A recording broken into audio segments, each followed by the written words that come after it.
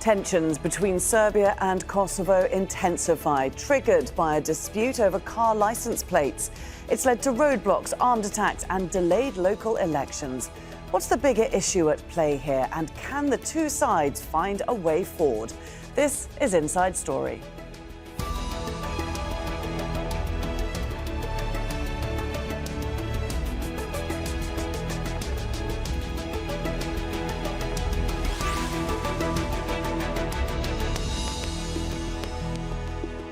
Hello there and welcome to the programme. I'm Laura Kyle. What appears to be a simple dispute about car licence plates has amplified already strained relations between Serbia and Kosovo. The European Union is urging all parties to de-escalate. Kosovo used to be part of Serbia, but ethnic Albanians make up 92% of the 1.8 million people who live there. Around 6% are ethnic Serb, and they say they've been marginalised. Serbs began blocking border crossings on Saturday after the arrest of a former policeman. He was one of 600 officers who resigned last month in protest against Kosovo's plans to ban Serbian licence plates. Serbia's President Aleksandar Vučić blames Kosovo for provoking the situation. Mi smo danas na sednici razmatrali šta je to što mi moramo da činimo. Today at the meeting we discussed what we have to do. What is important is that we appeal to Albanians and to Serbs to preserve peace, to calm the situation. I appeal to Serbs in northern Kosovo and Metohija to be calm and not to fall for provocations. Our correspondent Ognjen Zoric reports from Belgrade. Serbs from Kosovo's north are still blocking main roads in that region using trucks, buses and heavy machinery. In the same time, Kosovo police is keeping closed the two main border crossings between Kosovo North and Serbia. Tensions are very high and the schools in northern Kosovo today are closed. Here in Belgrade, Serbian National Security Council held a crisis session, but President of Serbia Aleksandar Vučić declined to elaborate on the adopted steps. He said instead that Serbia demands the release of all Serbs arrested by Kosovo police. Serbs blocked main roads on Saturday after the arrest of the former Serb policeman. Kosovo police later came under small arms fire in several locations and a stun grenade was thrown at a car of the EU mission in Kosovo, but there were no injuries reported. Vučić claims that Serbia seeks to defuse tensions and underlined that Kosovo Serbs must not engage in violence against NATO troops and members of the European Union mission there. The EU, United States and NATO asked for restraint of both parties and demanded the removal of barricades so that Belgrade and Pristina can continue further work on a solution for the normalization of their relations of Serbia and its former province that declared independence in 2008. Ognjen Zoric in Belgrade for Inside Story. Well, Kosovo's Prime Minister Alan Kurti accuses Serbia of trying to destabilise the region. He's asked NATO to step in.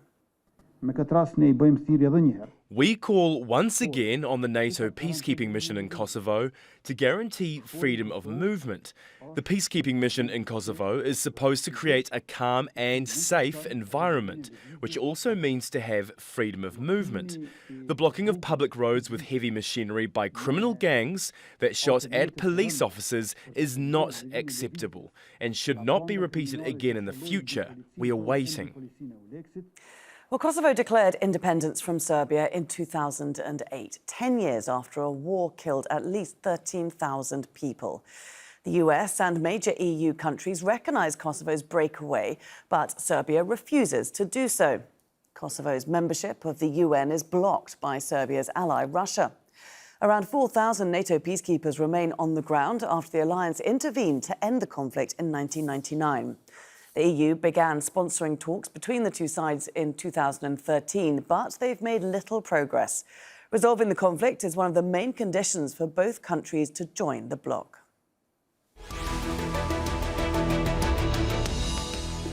Well, let's bring in our guests today. And joining us from Pristina is Xhemajl Rexha, chairman of the board of Association of Journalists of Kosovo. In Belgrade, we have Darko Trifunovic, Director of the Institute for National and International Security. And in New York, David L. Phillips, Director of the Programme on Peace Building and Rights at Columbia University. A very warm welcome to all of you. Xhemajl, let's start with what's been happening in northern Kosovo. There's a lot of tension that's been building up. What's the situation at the moment? Thank you for having me, Laura. As we speak, it is the third day that the Serbs have barricaded the roads that lead to two crossing borders between Kosovo and Serbia. They have set up tents, and Monday is a day off at schools. So hundreds of local Serbs have overnight put tents as well in order to protest the arrest of a police officer who Kosovo government says is responsible for an attack that happened during the weekend at the offices of a local election committee, which was preparing everything for the 18th of December local elections in the 4 municipalities in the north of Kosovo, which were postponed due to the protests of Serbs. The situation is relatively calm, but head of Srpska lista, which is the political party which runs the four municipalities in the north, today Goran Rakic was visiting the sites of the barricade, and he said that the local Serbs are ready to stay there as long as it takes until this former police officer is released. His whereabouts are unknown because of the blocking of the roads. He was not able to be brought to a police station in Mitrovica by Kosovo police, so he's being held for 48 hours now somewhere at the border between Kosovo and Serbia. OK, Darko, we've got the Kosovo Prime Minister sounding pretty fed up with the situation. They're saying that he wants NATO peacekeeping, NATO-led peacekeeping forces to remove the barricades that the Serbs have set up. How is that likely to further exacerbate the situation? Well, I think that it will just increase a level of violence. But let's come back to the origin of the problem. It's basically Bristol Peace Accord and the refusal of authorities in Pristina to implement. So it's called Society of the Serbian Municipality. So that is the core of the problem, and I hope that we will have a more diplomacy in the future. And you can see now the consequence of the lack of international community, particularly European Union negotiators, to bring two sides on the table and to clearly stated who actually did not fulfill Bristol Peace Accord, and then we will have much more clear situation. Obviously, everyone's living in the Balkan need peace, we need prosperity, we need integrations and everything. And the most difficult situation arises when we don't know each other. This kind of the connections between Belgrade and Pristina, academic, scientific, and many other connections are breaking up. And we hope in the future that we will have a better situation there.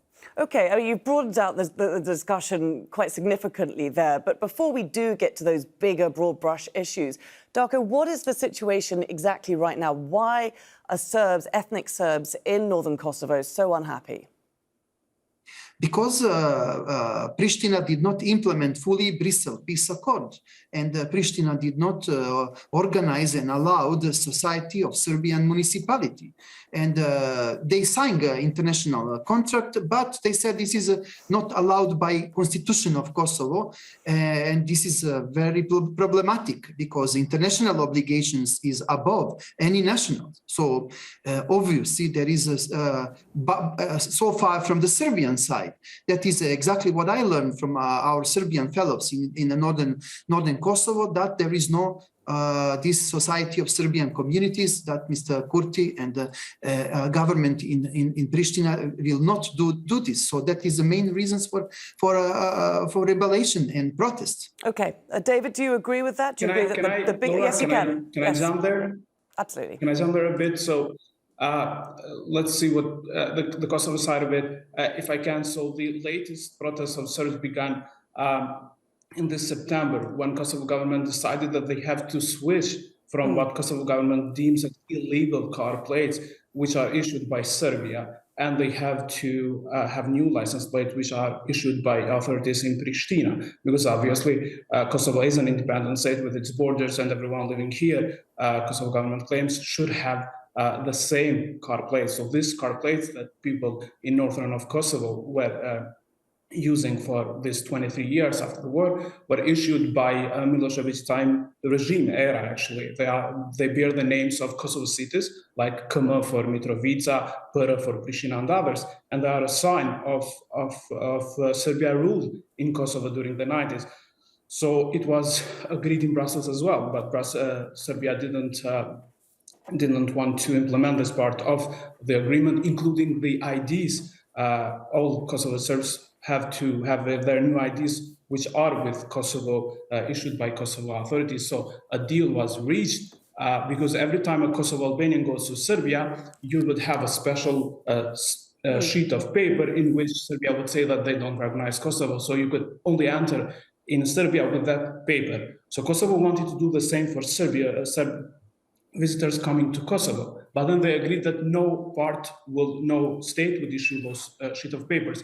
But then the car plates was something that Serbs oppose. They don't want to have their cars with Kosovo, state of Kosovo signs. So it led then to Kosovo Kosovo government saying that they will issue fines, they will confiscate the cars. But then after international pressure, Kosovo gave up and it postponed indefinitely. Serbs are still able to have those cars. Okay. And then let me just bring in David at this point. Let me just bring, because we've got the license plate issue, and I want to get an idea from David what the situation really is there, because at the end of November there was an agreement. The two sides came together and formed an agreement over that. So just give us an update from the outside perspective as to where we are actually at with this license plate issue. But the discussion about the ASM is fake news. Kosovo is a model of minority rights through its constitution by adopting the Ahtisaari principles during negotiations. What's happening here is that Serbia is looking to provoke a confrontation, and it's not acting on its own. Serbia is acting as a proxy of Russia by involving NATO in the dispute. It's trying to broaden the conflict. We need to understand this in broader geopolitical terms. Kosovo is an ally of the West. It would not exist without NATO's military intervention. Russia wants to cancel that and to create a new front in its confrontation with NATO. And Mitrovica is a convenient spot for escalating tensions. It's important that we step back, that we take a deep breath, and we recognize that Kosovo is sovereign and independent. It's been recognized by more than 100 countries. Serbia needs to accept the fact that it lost Kosovo because of its crimes. Okay. And it's never going back under Serbia's control. Okay, if we do just take, I'll give you a second in a moment, Darko. I just want to just put this to you to continue with the car license plate issue, because EU Josep Borrell was pretty angry with the Kosovan Prime Minister for raising this issue, given that it is so sensitive. He was angry with him that he raised it at this time and caused these tensions. Why did Kosovo insist on causing these tensions? Okay, it's about sovereignty and control. It's really not about license plates. Serbia has consistently rejected or stonewalled all the agreements that were reached through the Brussels dialogue. It wants to undermine the state-building project in Kosovo, and it wants to give the United States a black eye because the U.S. is the primary backer of Kosovo's independence. So let's not make a mistake and focus on license plates or diplomas or area codes. This is a geopolitical struggle with Serbia acting as Russia's agent, trying to Darko, I think you would agree. You would agree there that this is a geopolitical struggle, that this issue is about something much bigger than license plates. But do you accept that Serbia is acting as a proxy for Russia? Yeah, first of all, this kind of this kind of rhetorics will not bring us to peace. We need the situation to calm down. And if we use this as an argument that Serbia is a proxy of Russia, then in that way, Kosovo is proxy of United States. So what we do have, war.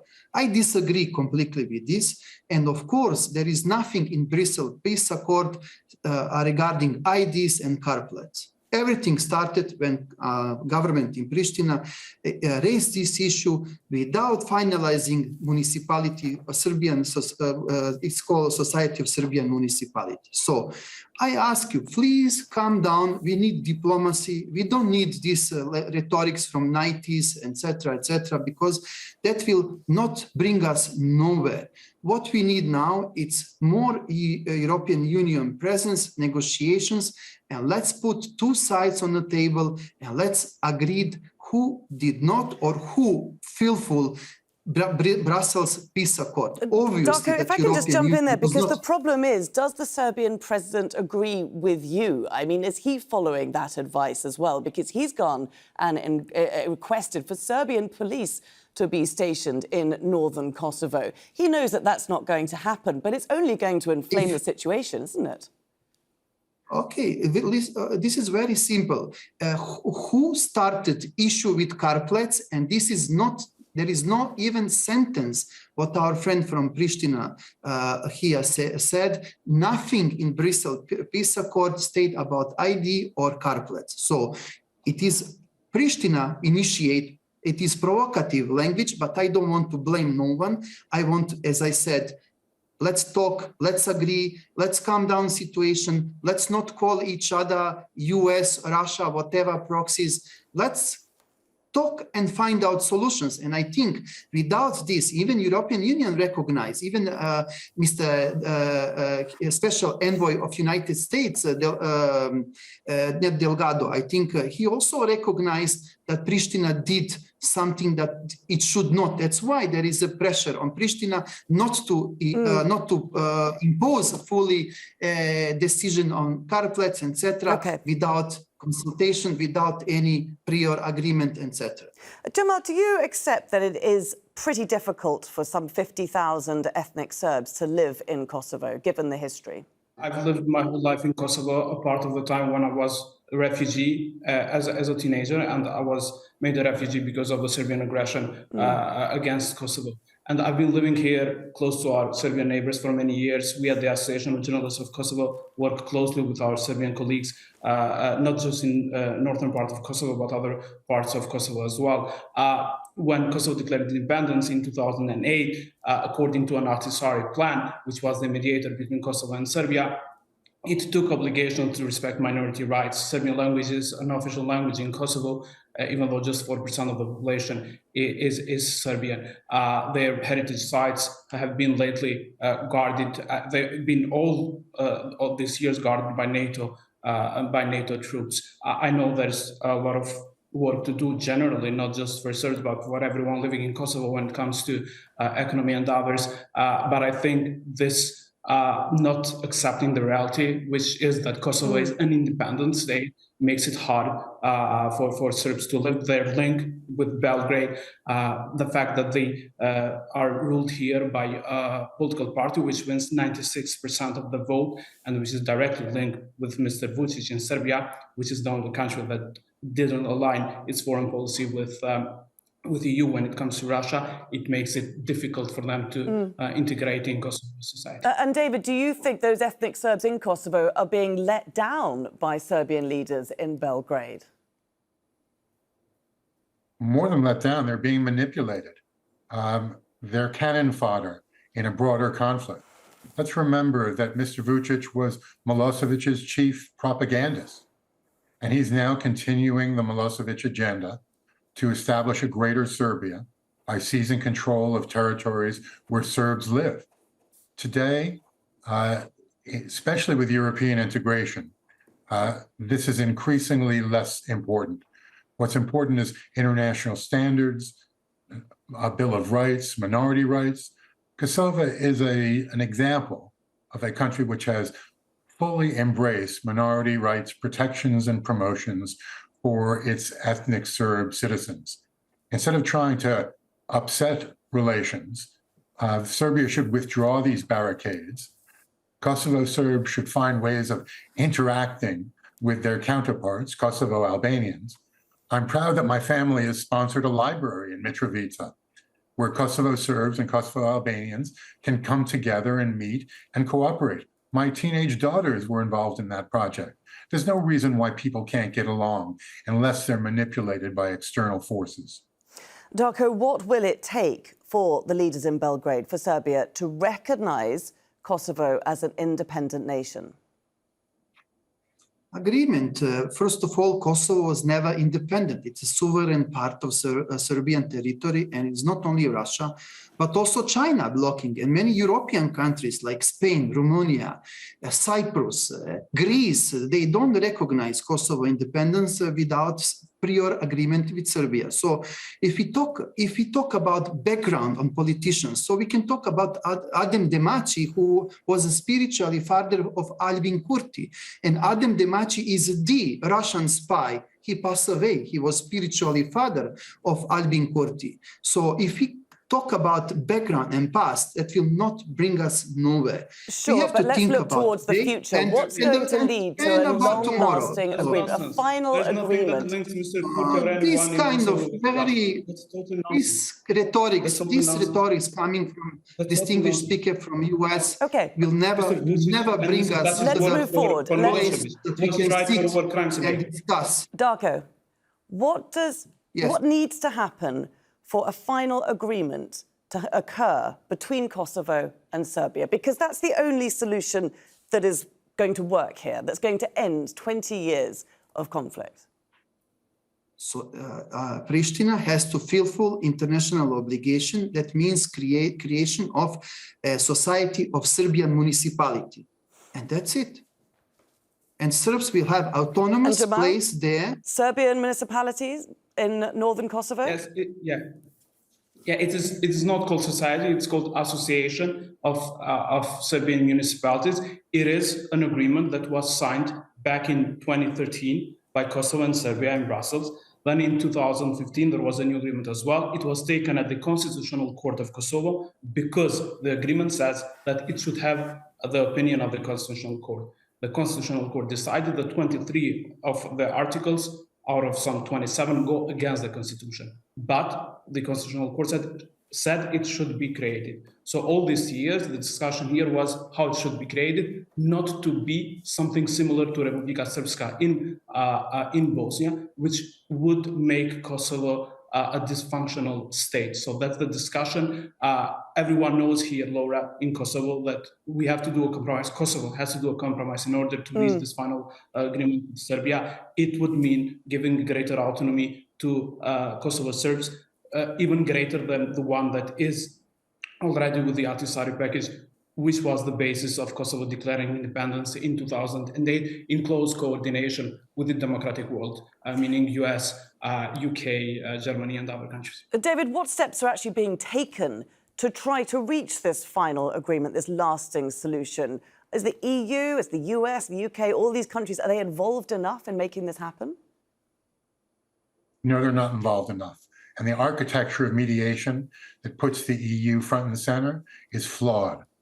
There will be no deal between Serbia and Kosovo unless the US is a co-chair and leading the negotiations.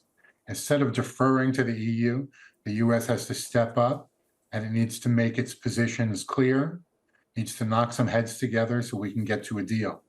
And let me just say a word about the Association of Serbian Municipalities. It was agreed to. It should be implemented. But in this case, there should be symmetry and reciprocity in Serbia. In the Preševa Valley, where you have Albanian municipalities, it too should have extensive autonomy and cultural and political rights. The only way we're going to get to an agreement is if we see all sides prepared to accommodate the demands of citizens and move forward with a democratic and rights package. Absolutely. Okay, well, there, I'm afraid our time is up. I'm sure we will be revisiting this topic again to see the discussion moving forward. Thank you very much today to all our guests for joining us, Xhemajl Rexha, Darko Trifunovic and David L. Phillips. And thank you too for watching. You can see the programme again anytime by visiting our website, that's aljazeera.com. And for further discussion, do go to our Facebook page, that's facebook.com/AJ Inside Story. You can also join the conversation on Twitter. Our handle is @AJ Inside Story. From me, Laura Kyle, and the whole team here, it's bye for now.